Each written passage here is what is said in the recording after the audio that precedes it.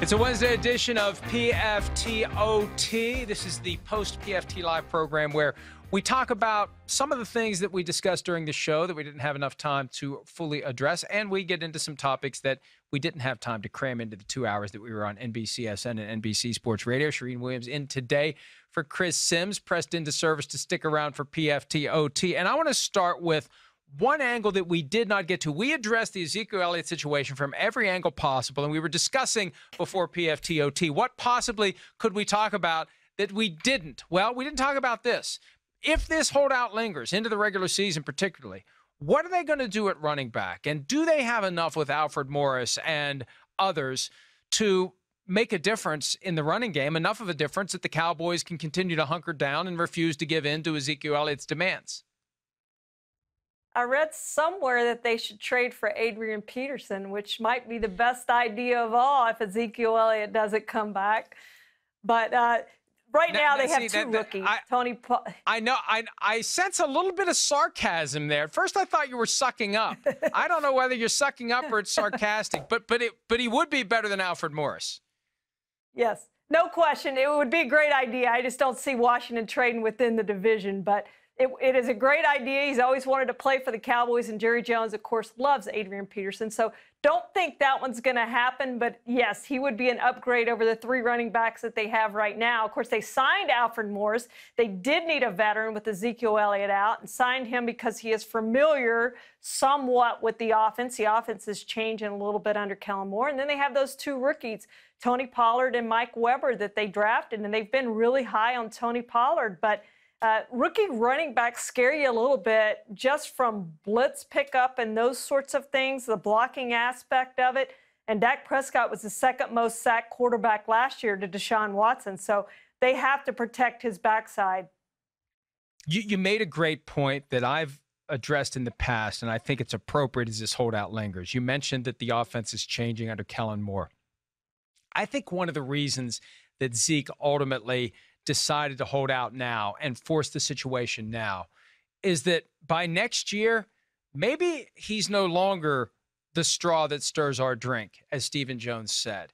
Maybe the 2019 season, if he had shown up from day one, is going to be part of a transition to an offense that isn't so reliant on cultivating the potential NFL rushing leader and then further devaluing Ezekiel Elliott to that franchise. So all the more reason to take a stand now, because I don't know how that offense is going to be. You got Amari Cooper talking about having 2,000 receiving yards. Well, if that happens, that's far fewer rushing yards that'll be available to an Ezekiel Elliott. So I think with that uncertainty that the offense could change dramatically and maybe skew more toward the pass, now's the time to say, pay me, because now's the time you still have your value to the offense.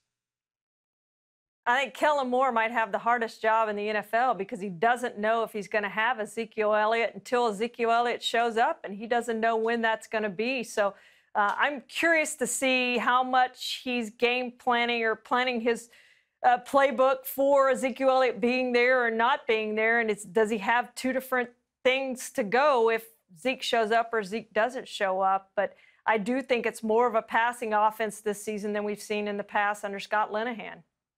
And Coach Jason Garrett entrusting the offensive coordinator job to Kellen Moore, even though he has very limited time and experience as an assistant coach.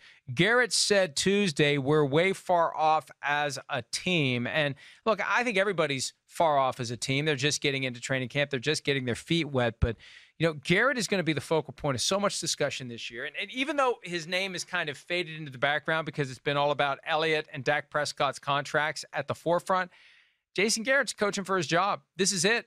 And to not have Elliott there, to have this uncertainty, as you say, Kellen Moore is going to have two different playbooks ready to go, one with Zeke, one without Zeke. It puts even more pressure on Jason Garrett to prove that he can help that team thrive at a time when there is so much uncertainty swirling around him. Yeah, he's a lame duck coach who knows he needs to at least reach the NFC Championship game, and his team's not looking that great right now through 10 practices. So a lot of pressure on Jason Garrett to get this thing going with what he's got. Now he doesn't have Robert Quinn, who fractured his hand. So without some pieces of this thing, Byron Jones still out, DeMarcus Lawrence still out. So trying to put this thing together without some of his main pieces is a difficult thing, but something he has to do. And of course, they have 4 preseason games coming up to get it together. And maybe Zeke will be back, and maybe he won't be back. But whether he is or he isn't going to change things for Jason Garrett. The Cowboys in recent years have kind of been on that roller coaster that the Steelers seem to always be on. The expectations are low, they exceed them. The expectations are high, they struggle to meet them. And the expectations this year are that the Cowboys and the Eagles will be the class teams in the NFC East, with the Giants and Washington trying to figure out where they fit. And part of the issues for the Giants, what happens at quarterback? The belief is that Eli Manning is going to be the guy well into the season. Maybe at some point they make the switch to Daniel Jones. But I think they're deliberately keeping their cards close to the vest about Daniel Jones, and they're doing it as it relates to how the reps are going to be divided in the preseason. There hasn't been a lot of first-team opportunities yet, if any, for Daniel Jones. But I really do think that the Giants don't want to put Daniel Jones in a position to fail, Charean. And even though there's got to be a temptation to let your 6th overall pick in the draft compete with Eli Manning, because if it was a fair and square competition, I think Daniel Jones would have a good chance of winning.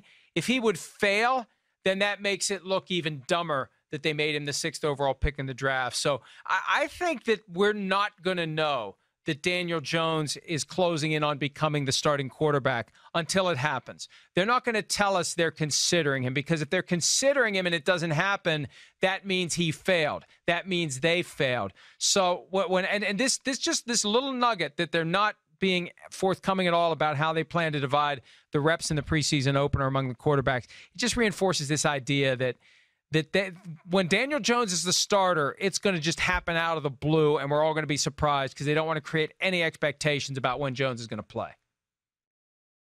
It's not a competition until it's a competition, and it is a competition now. And when they see enough from Daniel Jones, he is going to be the starting quarterback of this Giants team, but he has to get there first, and that involves getting some reps. I don't expect Eli Manning to play much in the preseason. I think this is going to be the Daniel Jones show, and we're going to find out just what the Giants have and how ready this guy is to step into the starting job. And what if he comes out and just lights it up in the preseason?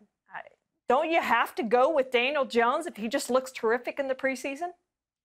That's the thing that's so weird about it. I mean, this isn't an Alex Smith, Patrick Mahomes luxury pick. This is a need pick. This is the Giants finding the successor to Eli Manning, getting him ready and putting him on the field. It's what they did back in 2004 when Eli Manning was ready to go after 9 games. Even though they were above 500 at the time, Kurt Warner goes to the bench, Eli Manning plays. And I guarantee you, if they would have thought Eli Manning was ready before then, he would have been on the field playing. And if they started to soften a little bit, I think they may have been 5-2, lost a couple of games, and then that's when they felt comfortable making the switch. But that's going to be the impediment here. If they decide to wait into the start of the regular season and kind of let Eli Manning prove to everyone that it's over, because they have had rough starts to the season each of the last 2 years, what if he comes out and plays well? It delays everything. I mean, what if by some crazy set of circumstances, the Giants make it to the playoffs this year? Then what do you do in 2020? I just think that if you're going to invest that top 10 pick on a quarterback, you've already sent the message he's your guy.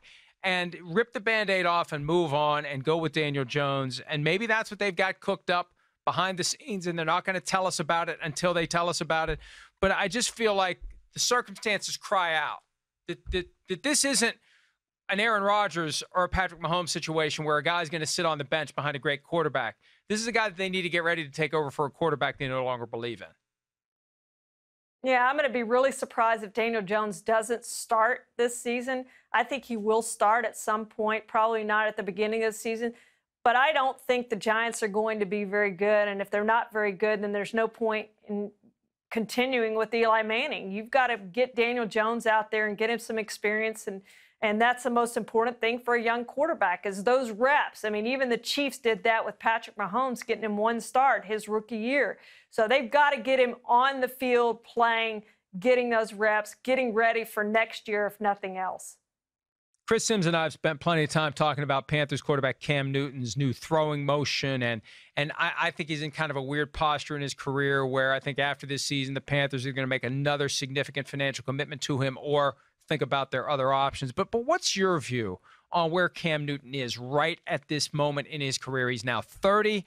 I sense a lot of angst as to, Do I continue to play the way I always have? Do I have to transition to a pocket passer? What's your feeling on where Newton is and where this may go for him in 2019 and beyond? When I think of Cam Newton, I just see a giant question mark. I mean, that's exactly right. Does he have to change how he's played the game? How much does he have left? How's that shoulder holding up? How's it going to hold up going into the future? This is a guy that led Carolina to a 15-1 season. They were heavy favorites to win the Super Bowl. Now, they didn't win the Super Bowl, but just had a great year, an MVP year.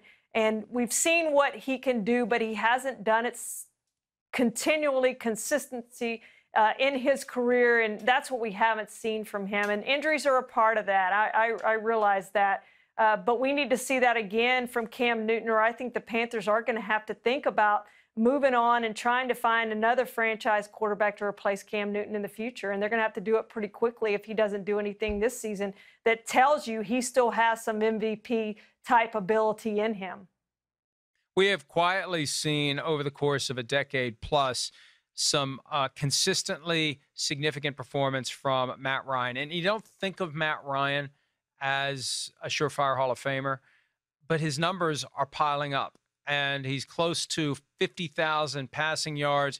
He's close to 300 touchdown passes. And I don't want to ask whether you're one of the Hall of Fame voters. I'm not asking you to tell me whether or not you think he's a Hall of Famer now. What do you think he needs to do, though, to make it more clear and obvious that he's a guy who gets into Canton? I don't think he's a Dan Marino, so I don't know that he can go into Canton without a Super Bowl. So that would be the first step, is getting that Super Bowl, and he may need more than one Super Bowl. So piling up the numbers is great. We're in a different era than we were in probably even the 90s, maybe the 2000s. But, you know, they are going to pile up those passing yards. So you kind of take that a little bit with a grain of salt and then factor in everything else. So Super Bowl to me is the biggest thing he can do now. If he gets two of them, I'd say, you know, he's probably going to be a lock to get into the Hall of Fame, because he will have the championships. He'll have the MVP award. He'll have piled up the yards. He will have piled up the years. So I don't know. He would check off at that point most of the boxes. But, you know, you go back to Eli Manning. When I start thinking of him, he has the two Super Bowl championships, and I'm still not completely sold that he's a Hall of Famer. Well, and you made a point recently when we did one of these that you think that Eli Manning is actually hurting his candidacy by hanging around and authoring some years that don't compare to some of his best years. That becomes part of his total body of work, and actually longevity could work against him when it comes time to figure out whether or not he gets in.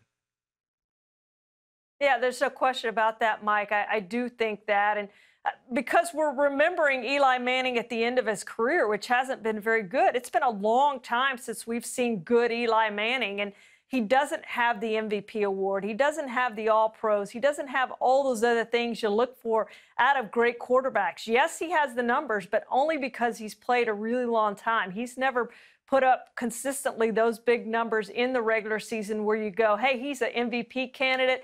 Never thought of Eli like that. His best play has come in the postseason, in those two postseasons where the Giants won Super Bowls. So, yes, I think we're remembering the Eli as we see him now rather than the good Eli that we saw in those two postseasons.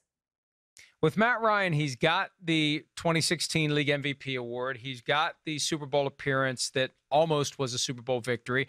He's piling up the statistics. And, you know, the longevity looks like something he will also manage to satisfy. I think at the end of the day, he's got a pretty good shot. The problem is he's playing quarterback in an era with so many great ones.